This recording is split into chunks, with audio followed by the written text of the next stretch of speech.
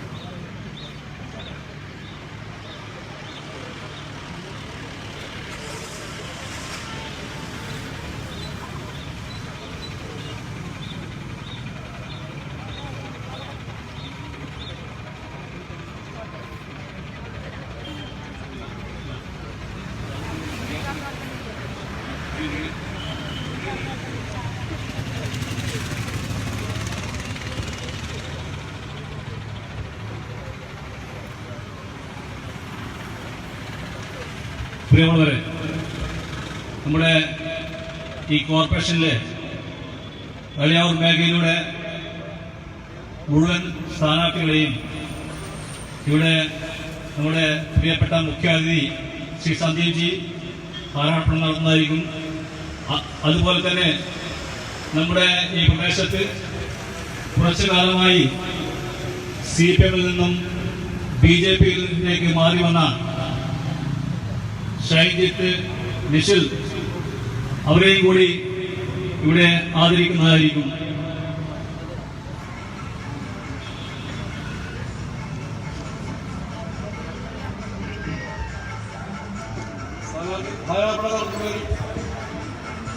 സ്ഥാനാർത്ഥികളെ ഹാരാർപ്പണം നടത്തുന്നതിന് വേണ്ടി ക്ഷണിക്കണം. 21ാം ഡിവിഷനിൽ മത്സരിക്കുന്ന രതീശൻ CP,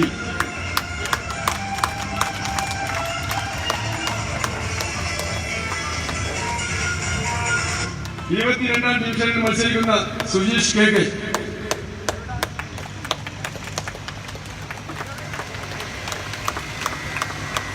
23ാം ഡിവിഷനിൽ മത്സരിക്കുന്ന അക്ഷയ് കൃഷ്ണ,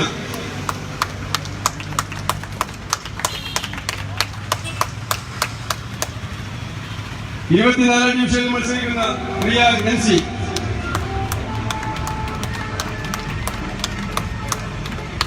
25ാം ഡിവിഷനിൽ മത്സരിക്കുന്ന പ്രീത നമ്പീഞ്ചേരി,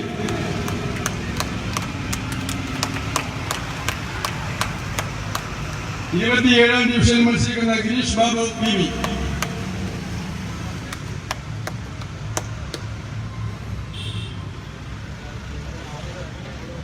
28ാം ഡിവിഷനിൽ മത്സരിക്കുന്ന നമ്മുടെ കണ്ണൂർ മണ്ഡലം ജനറൽ സെക്രട്ടറി കൂടിയായ ശശിധരൻ KK,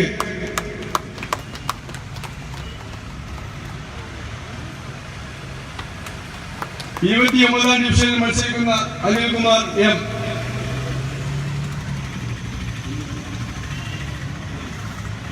അനിൽകുമാറിന് ചില സാങ്കേതിക കാരണങ്ങൾ കാരണം ഇവിടെ എത്തിച്ചേരാൻ സാധിച്ചിട്ടില്ല. അടുത്തതായി നമ്മുടെ പ്രസ്ഥാനത്തിലേക്ക് വന്ന ഷൈജിത്ത്,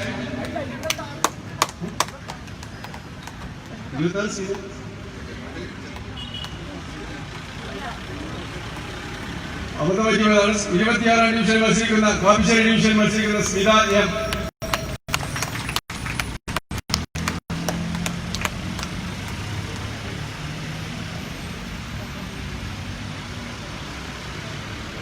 നമ്മുടെ ഈ പ്രസ്ഥാനത്തിലേക്ക് വന്ന CPM-ൽ നിന്നും അടുത്ത എതിർപ്പ് നേരിട്ട് നമ്മുടെ പ്രസ്ഥാനത്തിലേക്ക് വന്ന ഷൈജിത്തിനെ വേദിയിലേക്ക് ക്ഷണിച്ചുകൊള്ളുന്നു.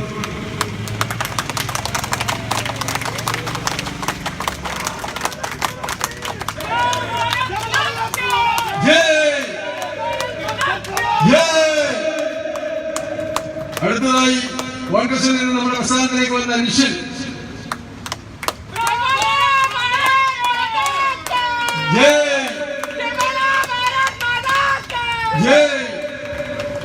അടുത്തതായി ഇന്ത്യൻ നാഷണൽ കോൺഗ്രസിൽ നിന്ന് നമ്മുടെ പ്രസ്ഥാനത്തിലേക്ക് വന്ന അജിത്തിന് ചില സാങ്കേതിക ഹോസ്പിറ്റൽ ഇവിടെ എത്തിച്ചേരാൻ വേണ്ടി പറ്റിയിട്ടില്ല. അടുത്തതായി നിങ്ങളെ അഭിമുഖീകരിച്ച് സംസാരിക്കുന്നതിന് വേണ്ടി സമയം കുറച്ച് കഴിഞ്ഞാലും കൂടി നമ്മുടെ പ്രസ്ഥാനത്തിന്റെ പ്രമുഖ വക്താവും നമ്മുടെ പാർട്ടിയുടെ സജീവ സാന്നിധ്യവുമായ നിങ്ങൾക്ക് എല്ലാവർക്കും സുപരിചിതനായ നമ്മുടെ സന്ദീപ് ജി വാര്യരെ ക്ഷണിച്ചുകൊള്ളുന്നു.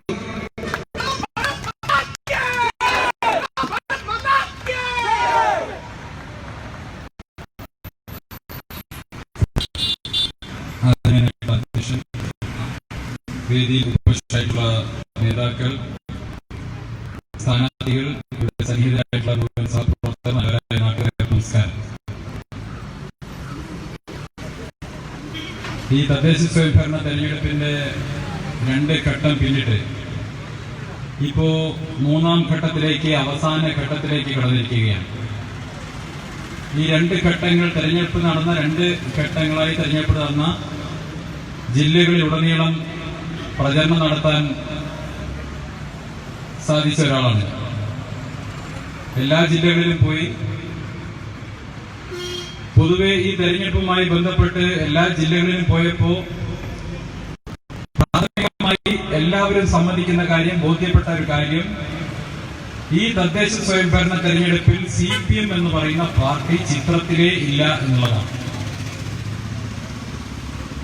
തിരുവനന്തപുരം മുതൽ പാലക്കാട് വരെയുള്ള പ്രദേശങ്ങളിൽ, ഇന്നലെ തെരഞ്ഞെടുപ്പ് നടന്ന പ്രദേശങ്ങളിൽ പല സ്ഥലത്തും ബൂത്തിലിരിക്കാൻ പോലും ആളില്ലാത്ത നിലയിലേക്ക് CPM എന്ന് പറയുന്ന കേരളം ഭരിച്ചുകൊണ്ടിരിക്കുന്ന പാർട്ടി അധപ്പതിച്ചിരിക്കുന്നു എന്നുള്ളതാണ് ഇന്നലെ നടന്ന തെരഞ്ഞെടുപ്പ് സൂചിപ്പിക്കുന്നത്.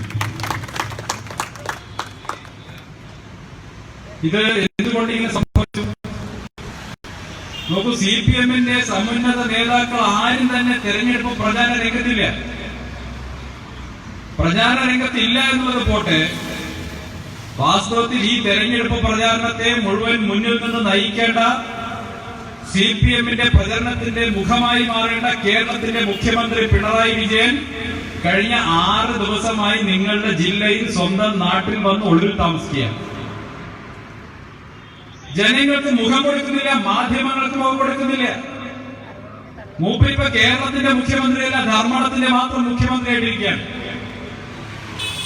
ധർമ്മം ചോദിച്ചാൽ പറയുന്നത് ധർമ്മടത്ത് കുടുംബയോഗമുണ്ട്, വികസന പ്രവർത്തനങ്ങൾ നടന്നിട്ടുണ്ട്, അതുമായി ബന്ധപ്പെട്ട കൂടിയാലോചനാ യോഗങ്ങൾക്കാണ്.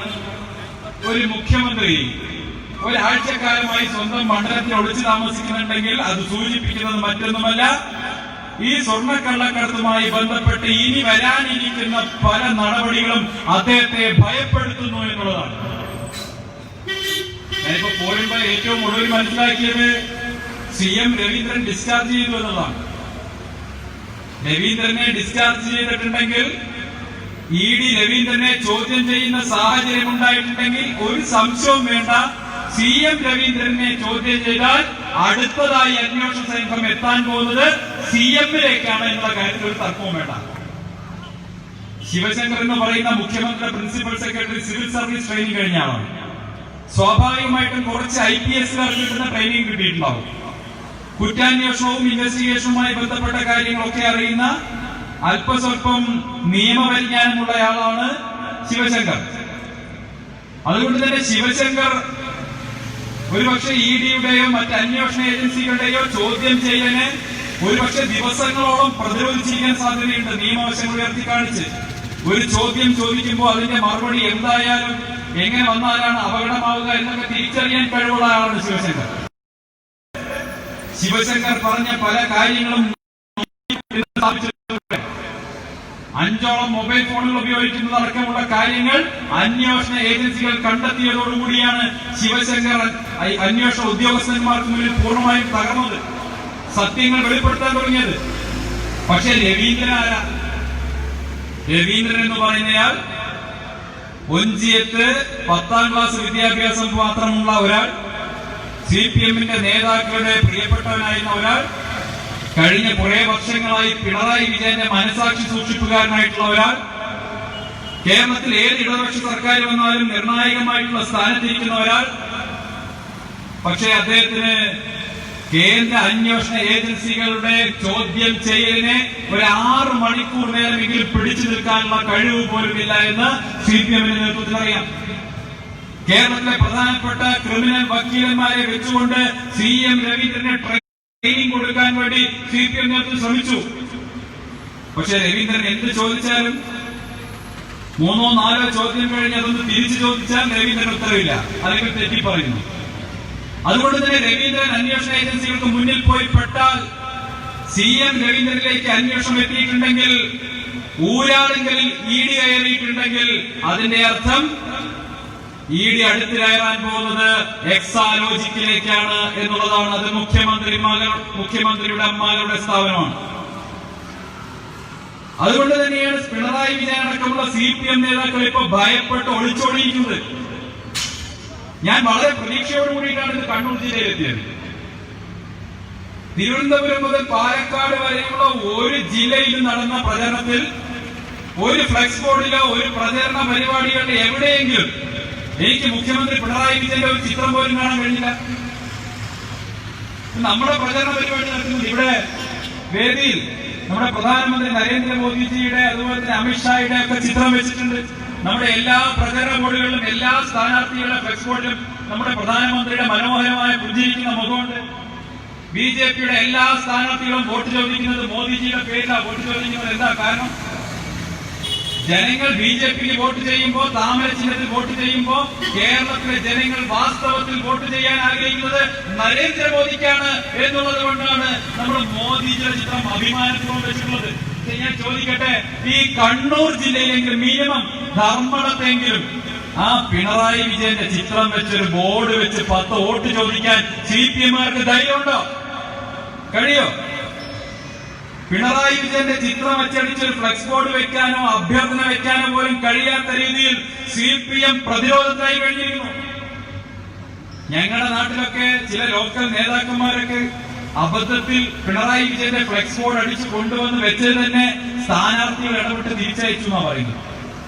സ്ഥാനാർത്ഥികൾ പറയുകയാണ്, അയ്യോ പിണറായിയുടെ ചിത്രം വെച്ച് ബോർഡ് അടിക്കാതെ ഞങ്ങൾക്ക് കിട്ടാനുള്ള 10 വോട്ട് കൂടി മേണ്ടറേക്ക് കൊണ്ടുപോകും. അതാണ് പറയുന്നത്.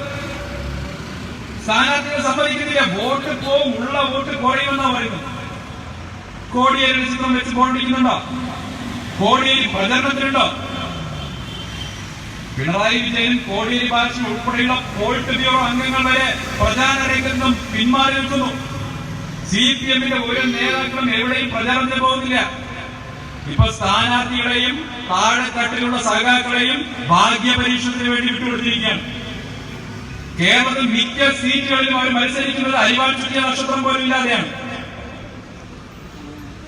തിരുവിതാംകൂർ ഭാഗത്തേക്കാണെങ്കിലും കൊച്ചിയിലേക്കാണെങ്കിലും ഒക്കെ CPM-ന്റെ പ്രധാനപ്പെട്ട നേതാക്കന്മാരടക്കം ഈ പഞ്ചായത്ത്, മുനിസിപ്പൽ കോർപ്പറേഷൻ തെരഞ്ഞെടുപ്പുകളിൽ സ്വതന്ത്രന്മാരുടെ വേഷം കെട്ടിയാണ് മത്സരിക്കുന്നത്.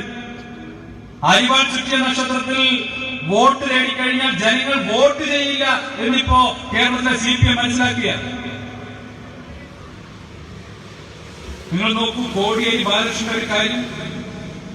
അദ്ദേഹം CPM-ന്റെ പോളിറ്റ് ബ്യൂറോ അംഗമാണ്, സംസ്ഥാന സെക്രട്ടറി ആയിരുന്നു. ആ സംസ്ഥാന സെക്രട്ടറിയുടെ 2 മക്കൾ, അവരുടെ അവസ്ഥ ഇന്നെന്താ? ബിനീഷ് കോടിയേരി ഏത് കേസിലാണ് ജയിലിൽ കിടക്കുന്നത്? ബിനീഷ് കോടിയേരി ഏത് കേസിലാണ് കിടക്കുന്നത്? ബിനീഷ് കോടിയേരി ഏത് കേസിലാണ് കിടക്കുന്നത്? മയക്കുമരുന്ന് കടത്ത് കേസിലാണ് ജയിലിൽ കിടക്കുന്നത്. മറ്റൊരു മകൻ ബിനോയ് കോടിയേരിയുടെ പേരിൽ ഏത് കേസാണ് ഉള്ളത്? ബലാത്സംഗ കേസാണുള്ളത്. ബിനോയ് കോടിയേരിയുടെ പേരിലുള്ളത് ബലാത്സംഗ കേസ്, ബിനീഷ് കോടിയേരിയുടെ പേരിലുള്ളത് മയക്കുമരുന്ന് കടത്ത് കേസ്. PSC എഴുതാൻ പോകുന്ന കുട്ടികൾ നന്നായി ഓർത്തു വയ്ക്കണം, മാറിപ്പോകരുത്. നാളെ ഒരു പക്ഷേ PSC ചോദ്യമായിട്ട് വരും. മാറിപ്പോകരുത്.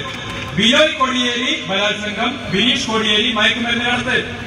നോക്കൂ, CPM-ന്റെ പോളിറ്റ് ബ്യൂറോ അംഗത്തിന്റെ, CPM-ന്റെ സംസ്ഥാന സെക്രട്ടറി ആയിരുന്ന ആളുടെ 2 മക്കളുടെ കാര്യമാണ്. പഴയ സിനിമയിൽ ജഗതി പറഞ്ഞതുപോലെയാണ്, ഒരു മകൻ മിമിക്രി, മറ്റൊരുത്ത മാക്രി, 2 വേസ്റ്റാണ്. 2 വേസ്റ്റാണ്. ഞാൻ ചോദിക്കട്ടെ, നിങ്ങളുടെയൊക്കെ മക്കൾ വൈകുന്നേരം വീട്ടിലേക്ക് വരുമ്പോ പോക്കറ്റിൽ 10 റുപ്യ അധികം കണ്ടാൽ നിങ്ങൾ ചോദിക്കില്ലേ, മോനെ ഈ പൈസ എവിടെ കിട്ടിയെന്ന് ചോദിക്കില്ലേ? ഒരു ദിവസം നിങ്ങൾ അവരെ ശാസിക്കില്ല, ഈ മേലാൽ ഇങ്ങനെ ഈ പണം നിന്റെ പോക്കറ്റിൽ കാണരുത്, ഞാൻ തരുന്നതല്ലാത്ത 1 രൂപ പോലും നിന്റെ പോക്കറ്റിൽ കാണരുത് എന്ന് ഉത്തരവാദിത്തമുള്ള അച്ഛനും അമ്മയും പറയില്ലേ? 2-ാം ദിവസം വീണ്ടും മകന്റെ പോക്കറ്റിൽ 10 രൂപ കണ്ടാൽ നിങ്ങൾ വീണ്ടും അയാളെ ശാസിക്കും, ഇത് ശരിയല്ല എന്ന് പറയും. നമ്മുടെ സമൂഹത്തിന്റെ പോക്ക് മകനെ ബോധ്യപ്പെടുത്താൻ വേണ്ടി ശ്രമിക്കും. 3-ാം ദിവസവും മകന്റെ പോക്കറ്റിൽ 10 രൂപ കണ്ടാൽ ഉത്തരവാദിത്തമുള്ള അച്ഛനോ അമ്മയോ ആണെങ്കിൽ മകനെ ശിക്ഷിച്ചിരിക്കും, അല്ലേ? അങ്ങനെയല്ലേ ചെയ്യേണ്ടത്? പക്ഷേ ബിനീഷ് കോടിയേരിയുടെ പേരിൽ എത്ര കൊല്ലമായി ഓരോ കാര്യങ്ങൾ കേൾക്കുകയാണോ? കേരളത്തിലെ പൊതുസമൂഹം ചർച്ച ചെയ്യുന്നു. കിളിരൂർ കവിയൂർ പെൺമാണിപ്പ് കേസ്, മർക്കിച്ചൻ ഭൂമി ഇടപാട്, സേവി മനോമാത്യുമായുള്ള ബന്ധം, പോൾ മുത്തൂറ്റ് വധക്കേസ്, ഇതുമായി ബന്ധപ്പെട്ട ചർച്ചകളിലൊക്കെ ഉയർന്നു വന്ന ഒരു പേരല്ലേ ബിനീഷ് കോടിയേരിയുടേത്? കേരളത്തിലെ മാധ്യമങ്ങൾ ചർച്ച ചെയ്ത ഒരു പേരല്ലേ ഈ ബിനീഷ് കോടിയേരി? മറ്റേ ഒരു സിനിമയിൽ ശ്രീനിവാസൻ പറയുന്ന പോലെ ഷോക്ക് അടുപ്പിച്ചാൽ പോലും മുഖത്തൊരു ഭാവം വരാത്ത ഇയാൾ എങ്ങനെ സിനിമാ നടനായി? എവിടുന്നാണ് ഇവർക്ക് ഇത്രയും അവസരം കിട്ടുന്നത്? ഒരു സിനിമയിലും പ്രതിഫലം വാങ്ങി അഭിനയിച്ചിട്ടില്ല. പിന്നെ എവിടുന്നാണ് കോടിക്കണക്കിന് രൂപയുടെ പണം? എവിടുന്നാണ് ഹാർലി ഡേവിഡ്സൺ ബൈക്ക് വാങ്ങാൻ ജീവിതത്തിൽ ഒരിക്കലും ഒരു ജോലി ചെയ്തിട്ടില്ലാത്ത കോടിയേരി ബാലകൃഷ്ണന്റെ മകന് പണം? ഇത് ചോദിക്കണ്ടേ? സമൂഹത്തോടൊരു ബാധ്യത ഇത്രയും സമുന്നതരായിട്ടുള്ള നേതാക്കൾക്കില്ലേ? തങ്ങളുടെ മക്കൾ ഹാർലി ഡേവിഡ്സൺ ബൈക്കിൽ വരുമ്പോ, ലക്ഷക്കണക്കിന് രൂപയുടെ കാറുകളിൽ വരുമ്പോ, കോടിക്കണക്കിന് രൂപയുടെ ആഡംബര വാഹനങ്ങളിൽ സഞ്ചരിക്കുമ്പോ, കോടിക്കണക്കിന് രൂപയിട്ട് ബിസിനസ് ചെയ്യുമ്പോ ഈ പണമൊക്കെ എവിടെ നിന്നാണെന്ന് ചോദിക്കാനുള്ള ഒരു സാധാരണക്കാരനായിട്ടുള്ള ഒരു പക്ഷെ വിദ്യാഭ്യാസം പോലും ഇല്ലാത്ത ഒരു അച്ഛനും അമ്മയും സാധാരണഗതി ചെയ്യുന്ന കാര്യമെങ്കിലും കോടിയേരി ചെയ്യേണ്ടിയിരുന്നില്ലേ? ചെയ്തില്ല എന്ന് മാത്രമല്ല തന്റെ പേരുപയോഗിച്ച് തന്റെ സ്വാധീനം ഉപയോഗിച്ചുകൊണ്ട് കേരളത്തിലൊരു മാഫിയയായി പടർന്നു കയറാൻ വളരാൻ ബിനീഷ് കോടിയേരി ബാലകൃഷ്ണൻ അനുവദിച്ചു. കേരളത്തിലെ ജനങ്ങൾ എന്താ മനസ്സിലാക്കേണ്ടത്? ഈ മയക്കുമരുന്ന് കടത്തടക്കമുള്ള കാര്യങ്ങളിൽ നിന്ന് അനധികൃതമായി സമ്പാദിച്ച കോടിക്കണക്കിന് രൂപ, ആ രൂപയുടെ ബലത്തിലാണ് കോടിയേരി ബാലകൃഷ്ണൻ ഒരു നേതാവായി നിൽക്കുന്നത് എന്നല്ലേ ജനങ്ങൾ സംശയിക്കേണ്ടത്? നോക്കൂ, ഇവിടെ CPM-ന്റെ സകല പരിപാടികളിലും ചെങ്കൊടിയും പിടിച്ച് അകത്തേക്ക് കടന്നു ചെല്ലാൻ ബിനീഷ് കോടിയേരിക്ക് അനുവാദം ഉണ്ടായിരുന്നല്ലോ. അപ്പുറത്ത് ബിനോയ് കോടിയേരിയാണെങ്കിൽ നോക്കൂ, ബീഹാറിൽ ഒരു ബീഹാറി പെൺകുട്ടിയാണ്, മുസ്ലിം പെൺകുട്ടിയാണ്. ആ പെൺകുട്ടി ആഴ്ചയിൽ ഫേസ്ബുക്കിൽ പോസ്റ്റ് ചെയ്യുകയാണ്. ആ കുട്ടിയുടെ ചിത്രം നിങ്ങൾ കണ്ടിട്ടുണ്ടാവും. ബിനോയ് കോടിയേരിയുടെ കുട്ടിയുടെ ചിത്രം, ആ ഒരു ബീഹാറി പെൺകുട്ടി ബിനോയ് കോടിയേരിയുടെ കുട്ടിയാണെന്ന് പറഞ്ഞ് ഫേസ്ബുക്കിൽ കൊടുക്കുന്ന ചിത്രങ്ങൾ കണ്ടിട്ടുണ്ടോ? നിങ്ങളൊക്കെ കണ്ടിട്ടുണ്ടാവും ആ കുട്ടിയുടെ ചിത്രം അല്ലേ? കോടിയേരി ബാലകൃഷ്ണന്റെ അതേ മുഖച്ഛായ, അതേ മൂക്ക്, അതേ കണ്ണ്. നോക്ക്, നിങ്ങളുടെയൊക്കെ കുട്ടികൾ പ്രേമിച്ച് ഒളിച്ചോടി കഴിഞ്ഞാൽ എന്താ ചെയ്യാൻ? ആദ്യം കാണുമ്പോ അമ്പലത്തിലേക്ക് പോകുമ്പോ മകളിങ്ങനെ വരുന്ന സമയത്ത് ഒളിച്ചോടി പോയ മകൾ വരികയാണെങ്കിൽ മകൻ വരികയാണെങ്കിൽ നിങ്ങൾ മുഖം കൊടുക്കില്ല അല്ലെ? കൊടുക്കില്ല. കാരണം കുടുംബത്തിനെ അപമാനിച്ചുകൊണ്ട് മറ്റൊരുത്തന്റെ കൂടെ അല്ലെങ്കിൽ മറ്റൊരാളുടെ കൂടെ ഒളിച്ചോടിയതാണെന്ന് പറഞ്ഞ് ആദ്യത്തെ കുറച്ച് ദിവസം നിങ്ങൾ ബലം പിടിക്കും. പക്ഷെ ഒരു ദിവസം ക്ഷേത്രത്തിൽ പോകുമ്പോൾ തിരിച്ചു വരുന്ന മകളുടെ ഒക്കത്തെ ഒരു കുട്ടി ഉണ്ടെങ്കിൽ നിങ്ങളുടെ മനോഭാവം എന്തായിരിക്കും? നിങ്ങളുടെ മനോഭാവം? മോളെ, നീ അവനെയും വിളിച്ചുകൊണ്ട് വീട്ടിലേക്ക് വാ എന്ന് പറയില്ലേ? പേരക്കുട്ടിയോട് തോന്നുന്നൊരു വാത്സല്യം ഉണ്ടല്ലോ, അത് ലോകത്ത് ഏതൊരു മുത്തച്ഛനും മുത്തശ്ശിക്കൊക്കെ ഉണ്ടാവുന്നതാണ് ആണല്ലോ. ഞാൻ ചോദിക്കട്ടെ, എന്താ കോടിയേരിക്ക് ഇത് തോന്നാത്തത്? ഇവര് വലിയ മുസ്ലിം സംരക്ഷകരല്ലേ? ബീഹാറിൽ നിന്നൊരു മുസ്ലിം പെൺകുട്ടിയല്ലേ നീതിക്ക് വേണ്ടി മുംബൈ കോടതിയിൽ കാത്തിരിക്കുന്നത് അല്ലേ? ആ ഗോഡ് ഫാദർ സിനിമയിൽ അഞ്ഞൂറാൻ പറയുന്നത് പോലെ AKT സെന്ററിന്റെ ഗേറ്റ് അങ്ങോട്ട് തുറന്നിട്ടിട്ട് കേറി വാടാ മക്കളെ എന്ന് പറഞ്ഞ് അകത്തേക്ക് വിളിച്ച് കയറ്റണ്ടേ? അതല്ലേ ചെയ്യേണ്ടത്. പക്ഷെ ഇവിടെ എന്താ നടക്കുന്നത്? കോടിയേരി ബാലകൃഷ്ണൻ അടക്കമുള്ളവർ, കമ്മ്യൂണിസ്റ്റ് മൂല്യങ്ങൾ പൊതുസമൂഹത്തിൽ പഠിപ്പിക്കാൻ ഇറങ്ങി പുറപ്പെട്ടവർ, സ്വന്തം കുടുംബത്തിൽ പോലും ആ മൂല്യങ്ങൾ പഠിപ്പിക്കാൻ സാധിക്കുന്നില്ല എന്ന് മാത്രമല്ല, കേരളം കണ്ട ഏറ്റവും വലിയ മാഫിയയായി വളരാൻ മക്കളെ അനുവദിക്കുക കൂടി ചെയ്തിരിക്കുന്നു. എന്നിട്ടാ പറയുന്നത്, RSSന്റെ ശാഖയിൽ പോയ കുട്ടികളൊക്കെ വഴിതെറ്റിപ്പോയി. ആരാ പറയുന്നത്? കോടിയേരി ബാലകൃഷ്ണൻ പറയുന്നത്. CPM-ന്റെ നേതാക്കളാണ് പറയുന്നത് RSSന്റെ ശാഖയിൽ പോയ വഴിതെറ്റിപ്പോകുന്നു. RSSന്റെ ശാഖയിൽ പോയവനൊക്കെ ഇന്ത്യയുടെ രാഷ്ട്രപതി ഭവനിലുണ്ട്, ഉപരാഷ്ട്രപതിയുടെ വീട്ടിലുണ്ട്, പ്രധാനമന്ത്രിയുടെ വീട്ടിലുണ്ട്, ഇന്ത്യയിലെ വിവിധ മുഖ്യമന്ത്രിമാരുടെ വീട്ടിലുണ്ട്, MP-മാരുടെ വീട്ടിലിരിക്കുന്നുണ്ട്.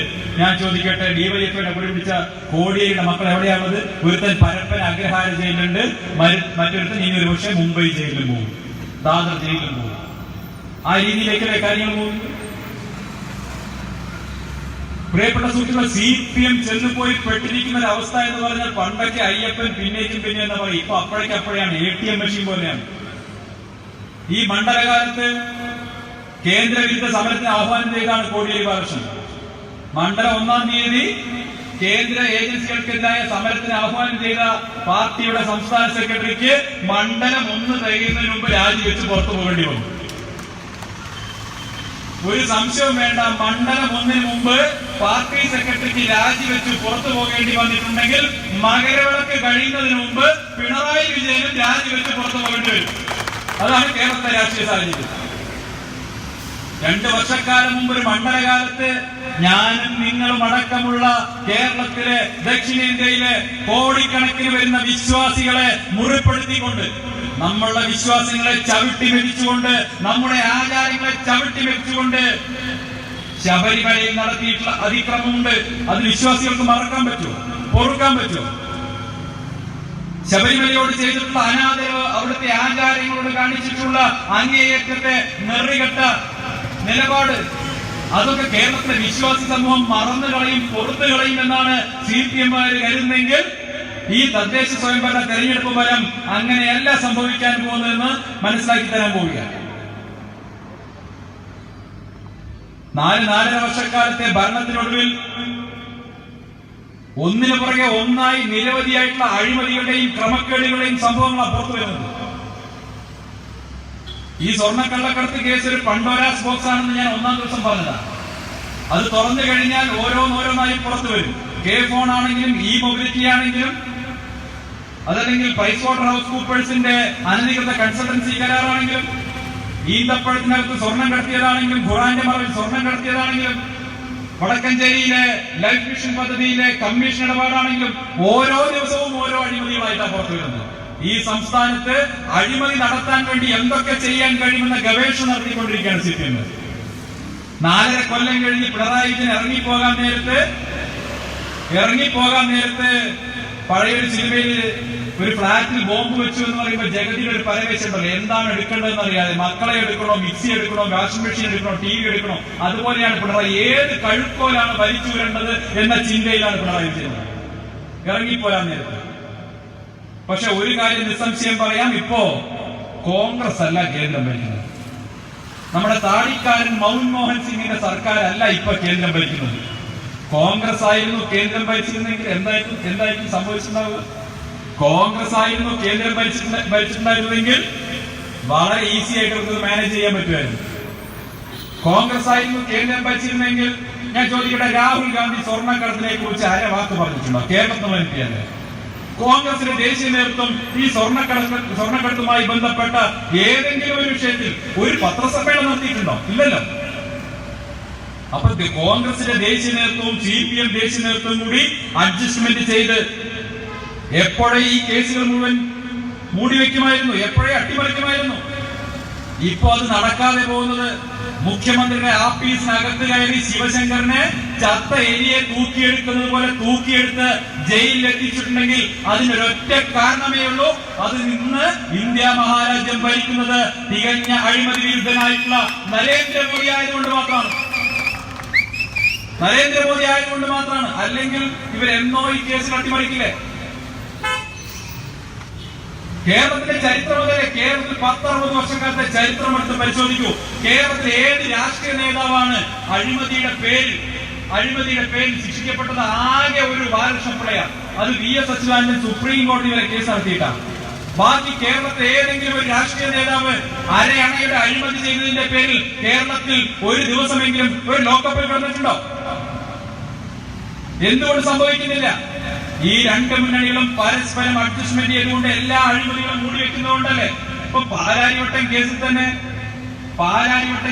തന്നെ സമാന കുറ്റം ചെയ്ത IAS ഉദ്യോഗസ്ഥന്മാർ മാസങ്ങളോളം ജയിലിൽ കിടന്നിട്ടും ഇബ്രാഹിം കുഞ്ഞിനെ അറസ്റ്റ് ചെയ്തു എന്ന് പറയുന്നല്ലാതെ അയാൾ ജയിലിൽ പോയോ? ലേക്ക് ഷോർ ആശുപത്രിയിലാണ് കിടക്കുന്നത്. ആരാ അറസ്റ്റ് വിവരം ചോർത്തിയത്? ലീഗും CPM തമ്മിലുള്ള ധാരണയല്ലേത്? മറ്റൊരു വഴിയുമില്ലാതെ ED പോയി ചന്ദ്രികയുമായി ബന്ധപ്പെട്ട കള്ളപ്പണ കേസിൽ ഇബ്രാഹിം കുഞ്ഞിനെ അറസ്റ്റ് ചെയ്യുമെന്ന് കണ്ടപ്പോ ഇബ്രാഹിം കുഞ്ഞിനെ അറസ്റ്റ് നാടകം വെച്ച് രക്ഷപ്പെടുത്തുകയാണ് പിണറായി ചെയ്തത്. ഇതാണ് എല്ലാ കാര്യത്തിലും കേരളത്തിൽ നടക്കുന്നത്. കേരളത്തിലെ എല്ലാ രാഷ്ട്രീയ നേതാക്കളും പണം കൈകൊണ്ട് തൊടാത്ത അഴിമതിക്കാരല്ലാത്ത ശുദ്ധന്മാരായതുകൊണ്ടാണ്. അല്ല, കേരളത്തിൽ ഇടത് വലത് മുന്നണികൾ തമ്മിൽ കാര്യങ്ങളായി നിൽക്കുന്ന അഡ്ജസ്റ്റ്മെന്റ് രാഷ്ട്രീയം മൂലം പരസ്പരം എല്ലാ കേസുകളും പുറത്തു കൊടുക്കുകയാണ്. ഇപ്പൊ കൊല്ലത്തൊരു കശുവണ്ടി ഇടപാടുമായി ബന്ധപ്പെട്ട കേസ് കഴിഞ്ഞ UDF സർക്കാരിന്റെ കാലത്ത് 1000 കോടി രൂപയുടെ അഴിമതി നടന്നുവെന്ന് PK ഗുരുദാസനും മേഴ്സിക്കുട്ടിയമ്മയും ആരോപിച്ചു. ഉത്തരവാദി കോൺഗ്രസിന്റെ നേതാവ് INTUC നേതാവ് ചന്ദ്രശേഖരൻ കോടതി കേസ് അന്വേഷിക്കാൻ CBIയോട് പറഞ്ഞു. CBI അന്വേഷിച്ചു. 500 കോടി രൂപയുടെ അഴിമതി കണ്ടെത്തി. ഈ ചന്ദ്രശേഖരൻ എന്ന് പറയുന്ന കശുവണ്ടി വികസന കോർപ്പറേഷന്റെ മുൻ ചെയർമാനെതിരെ പ്രോസിക്യൂഷൻ നടപടി സ്വീകരിക്കാൻ സർക്കാരിന്റെ അനുമതി നേടി CBI. എന്താ പിണറായി വിജയൻ ചെയ്തത്? മേഴ്സിക്കുട്ടിയമ്മ പറഞ്ഞു അന്വേഷണത്തിന് അനുമതി ഒപ്പിട്ടപ്പോ പിണറായി വിജയൻ പറഞ്ഞു അനുമതി കൊടുക്കേണ്ടതില്ല. ഞാൻ ചോദിക്കട്ടെ, കോൺഗ്രസ് നേതാവ് 500 കോടി രൂപയുടെ അഴിമതി നടത്തിയാൽ അയാൾ ജയിലിൽ പോകുന്നുണ്ടെങ്കിൽ പിണറായി വിജയൻ എന്താണ് സങ്കടം? പിണറായിക്ക് എന്താണ് സങ്കടം? 500 കോടി രൂപയുടെ അഴിമതി നടത്തിയ INTUC നേതാവ് ജയിലിൽ പോകുന്നുണ്ടെങ്കിൽ എന്തിനാണ് CPM-കാർക്ക് വേവലാതി? മറ്റൊന്നും കൊണ്ടല്ല, സോളാർ കേസും ബാർകോഴ കേസും ഒക്കെ അവസാനിപ്പിച്ചതുപോലെ കശുവണ്ടി അഴിമതിയും അവസാനിപ്പിക്കാൻ വേണ്ടി ശ്രമിക്കുന്നു. പാലാരിവട്ടവും അതുപോലെ തന്നെ ഫാഷൻ ഗോൾഡ് തട്ടിപ്പും ഇതെല്ലാം ഇതുപോലെ പരസ്പരം അഡ്ജസ്റ്റ്മെന്റ് ചെയ്തുകൊണ്ട് കേസ് അന്വേഷണം അട്ടിമറിക്കുന്നതാണ് നമ്മൾ ഇത്രയും കാലം കണ്ടിട്ടുള്ളത്. കഴിഞ്ഞ സോളാർ കേസിന്റെ കാലത്ത്, ബാർക്കോഴയുടെ കാലത്ത് KM മാണിക്കെതിരായി വലിയ പ്രക്ഷോഭം നടത്തിയിട്ടുള്ള CPM-ന്റെ നേതാക്കൾ, നിയമസഭ തകർത്തവർ. എന്നാൽ KM മാണിയുടെ മകൻ ഏത് മുന്നണിയിലായിരിക്കുന്നത്? ഈ രണ്ട് മുന്നണികളും തമ്മിൽ കേരളത്തിലെ ജനങ്ങൾക്ക് എന്തെങ്കിലും ഒരു മാറ്റം അനുഭവപ്പെടുന്നുണ്ടോ? ഈ രണ്ട് മുന്നണി ഭരിക്കുമ്പോഴും കേരളത്തിൽ എന്ത് മാറ്റമാണുള്ളത് എന്നാണ് കേരളത്തിലെ ജനങ്ങൾ ചോദിക്കുന്നത്. അതുകൊണ്ട് തന്നെ ഈ രണ്ട് മുന്നണികളെയും മാറ്റിക്കൊണ്ട് കേരളത്തിൽ ഒരു പുതിയ രാഷ്ട്രീയ സംസ്കാരം ഉണ്ടാകണം എന്ന് മലയാളികൾ ആഗ്രഹിക്കുന്നു. കേരളത്തിൽ ഒരു മാറ്റം വേണമെന്ന് കേരളത്തിലെ ജനങ്ങൾ ഇപ്പോൾ ആഗ്രഹിക്കുകയാണ്. കേരളത്തിലും മാറ്റം വേണം, നരേന്ദ്രമോദിയുടെ ഭരണം കേരളത്തിലും വരണമെന്ന് കേരളത്തിലെ ജനങ്ങൾ ആഗ്രഹിക്കുന്നു. വെറുതെ ആഗ്രഹിക്കുക മാത്രമല്ല, പിണറായി വിജയന്റെ ഇന്റലിജൻസ് മിനിഞ്ഞാന്ന് കൊടുത്ത റിപ്പോർട്ട് മാധ്യമങ്ങളിൽ വന്നിട്ടുണ്ട്. പിണറായി വിജയന്റെ ഇന്റലിജൻസ് പറയുന്നത് ഈ വരുന്ന തദ്ദേശ സ്വയംഭരണ തെരഞ്ഞെടുപ്പിൽ BJP നിലവിലുള്ള 1300 സീറ്റുകൾ ഏറ്റവും ചുരുങ്ങിയത് 6000 സീറ്റുകളെങ്കിലും ആക്കി വർദ്ധിപ്പിക്കുമെന്നാണ്. അത് മാത്രമല്ല, കേരളത്തിൽ 100 കണക്കിന് പഞ്ചായത്തുകൾ, മുനിസിപ്പാലിറ്റികൾ, തിരുവനന്തപുരവും തൃശൂർ അടക്കമുള്ള കോർപ്പറേഷനുകൾ ഭാരതീയ ജനതാ പാർട്ടിയുടെ ഭരണത്തിൽ വരാൻ പോവുകയാണെന്നാണ് പിണറായി വിജയൻ ഇന്റലിജൻസ് പറയുന്നത്. പ്രിയപ്പെട്ട സുഹൃത്തുക്കളെ, ഒരു സംശയവും വേണ്ട. ഡിസംബർ മാസം 16-ാം തീയതി തെരഞ്ഞെടുപ്പ് റിസൾട്ട് വരുമ്പോൾ കേരളത്തിൽ ഏറ്റവും കൂടുതൽ സ്ഥാനാർത്ഥികളെ ജയിപ്പിച്ചു കൊണ്ടുവരുന്ന പാർട്ടിയുടെ പേര്, കേരളത്തിലെ 1-ാം നമ്പർ പാർട്ടിയുടെ പേര്, അത് ഭാരതീയ ജനതാ പാർട്ടി എന്നായിരിക്കും എന്നുള്ള കാര്യത്തിൽ ഒരു സംശയം വേണ്ട. കേരളത്തിലെ രാഷ്ട്രീയ ചിത്രം മാറാൻ പോവുകയാണ്. കേരളത്തിലെ രാഷ്ട്രീയ ചിത്രം മാറാൻ പോവുകയാണ്. ഈ പരമ്പരാഗതമായ രണ്ട് മുന്നണികളെ, അഴിമതിയുടെ കൂടാരങ്ങളായി മാറിയിട്ടുള്ള രണ്ട് മുന്നണികളെ, പരസ്പരം സഹായിച്ചുകൊണ്ട് എല്ലാ അഴിമതി കേസുകളും അട്ടിമറിക്കുന്ന രണ്ട് മുന്നണികളെ കേരളത്തിലെ ജനങ്ങൾ തിരസ്കരിക്കാൻ പോവുകയാണ്.